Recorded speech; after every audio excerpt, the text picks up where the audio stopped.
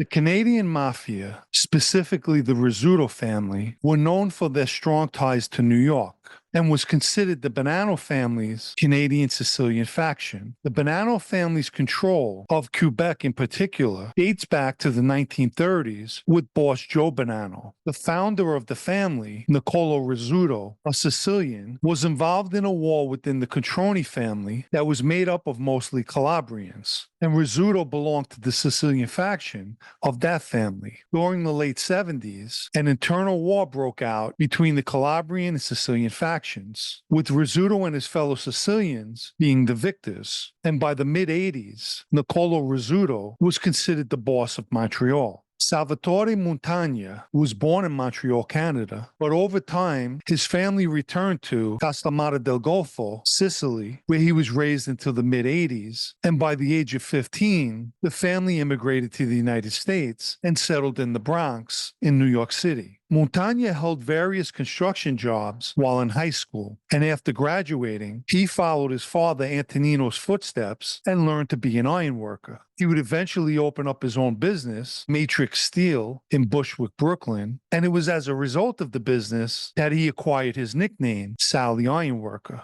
Montagna became associated with fellow Canadian George Sciascia, as well as Vito Grimaldi and Baldo Amaro, all Sicilians and members of the Bonanno family. By the late 90s, he was inducted into the Bonanno family and placed in George from Canada, Sciascia's Bronx crew. Following Sciascia's murder in March of 1999, Montagna was put in Patty DiFilippo's crew, who also had a Bronx-based crew. Montagna was considered to be a big earner and mostly involved in construction rackets. His first marriage produced 2 daughters, but ended in divorce, and he married his second wife, Francesca, and had 3 more daughters. They lived in Elmont, which borders Queens and Nassau County, Long Island. Montagna was granted permanent resident status in the U.S., but never applied for citizenship.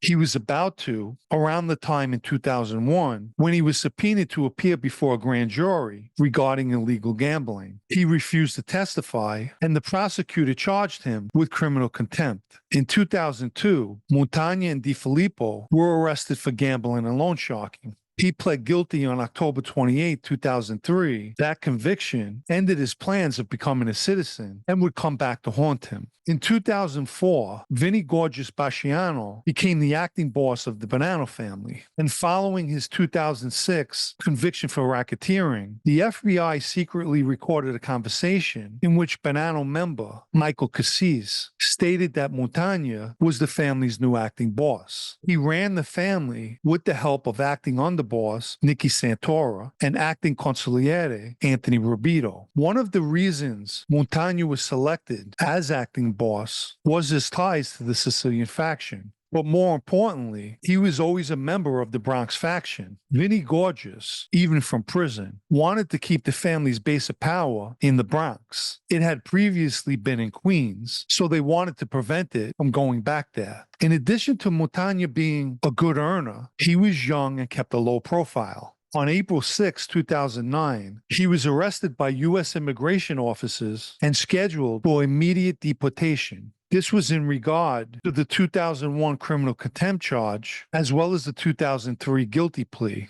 Since he had dual citizenship in both Canada and Sicily, he was permitted to choose which country he wanted to be deported to. He chose to return to Canada, specifically his birthplace in Montreal. According to his lawyer, Montagna told him he felt confident about returning to Canada. He loved Canada and was happy to be returning. He was going to sell his house and business and start fresh. His wife and children would join him when the kids were finished with school. During this time, Montreal was experiencing a series of mafia-related murders and disappearances. Initially, and according to the RCMP, the Royal Canadian Mounted Police, Montagna was keeping a low profile. However, after a while, he hit the streets, linking up with the Bonanno's Canadian faction, who after the murder of George Sciascia was acting more independently. The Canadian Sicilians knew that the Bonannos in America killed Sciascia, Among the people Montagna came in contact with were Joe DeMallo, a ranking member of the Rizzuto family, and his brother-in-law, Reynald Desjardins, a Rizzuto associate who was very close to Vito Rizzuto, Niccolo's son. At the time, Vito Rizzuto was in prison, serving 10 years for his part in the 1981 murders of the three Bonanno captains. The problem Montagna faced in Canada was that he was no longer an acting boss. Although Canadian-born, his strong connections remained back in New York. Desjardins resented Montagna's arrival in Montreal, and their relationship was a forced one. Apparently, they both couldn't stand each other. Nonetheless, they began working together with the same goal in mind, taking over Montreal's underworld. But things came to a head with their strained relationship, and they began bumping heads for control over the loan sharking and bookmaking rackets. Sometime in late 2010, Montagna went to visit Niccolo Rizzuto and allegedly suggested that he step down as boss. As mentioned, members and associates were being killed and disappeared, including Rizzuto's grandson, Vito Rizzuto Jr., who was killed the year before in December 2009. Rizzuto, being an old-time boss and one who was used to wars, had no intention of stepping down. And on November 10, 2010, a shooter that was hiding in the woods near Rizzuto's house sniped and killed him through the glass of his back patio. As 2011 rolled around, Montagna stepped up his efforts to fill the void as boss of Montreal and ordered anyone who was paying the Rizzutos to now pay him. By this point, the control of Montreal basically depended on whether Montagna took out Desjardins or the other way around. In late August of 2011, one of Montagna's associates reached out to an associate of Desjardins with an offer to turn on Desjardins and kill him. That associate reported to Desjardins what was told to him, and as a result, Desjardins and Vittorio Miracchi, another associate of his, planned to hit two of Montagna's associates, brothers Domenico and Antonino Arcuri. But they called the hit off due to the security cameras outside the Arcuri's office, which made the hit too difficult. On September 16, 2011, Desjardins and his associate, Jonathan Manaka, were parked side by side in their cars, talking to each other in Laval. A shooter appeared from a wooded area and opened fire on them. Desjardins pulled away unharmed. Manaka exchanged shots with the shooter and received a wound to his chest, and the shooter disappeared back into the woods. Desjardins and Miracchi began referring to Montagna as Mickey Mouse and the Tin Man, a play on Montagna's nickname. They also began tracking his movements by cloning a cell phone that was used by his associates, which gave them insight to all his movements. But any attempt to follow Montagna went unsuccessful because he made a lot of U-turns and drove down one-way streets. So they came up with another plan to lure him into a trap.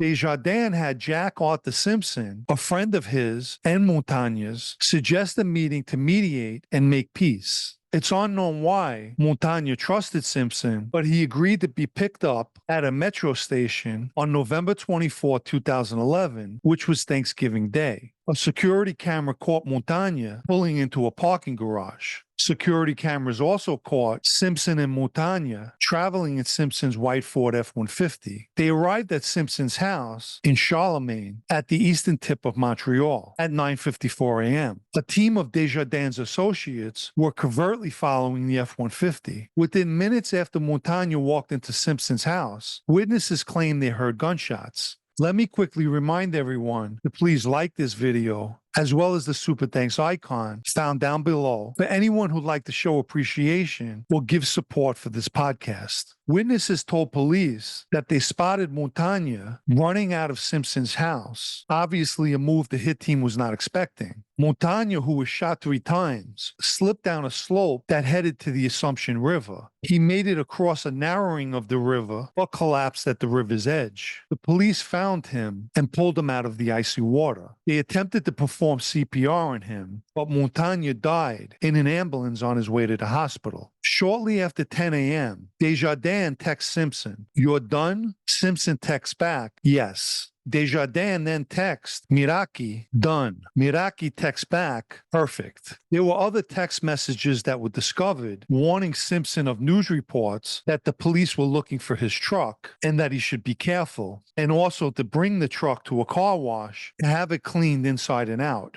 Simpson was arrested 4 days later, and within the month, 7 people, including Desjardins and Miraki, were also arrested. By 2016, they would all enter guilty pleas for their involvement in Montagna's murder. It's believed that Di Malo and Desjardins were behind the murders and disappearances of members and associates of the Rizzuto family.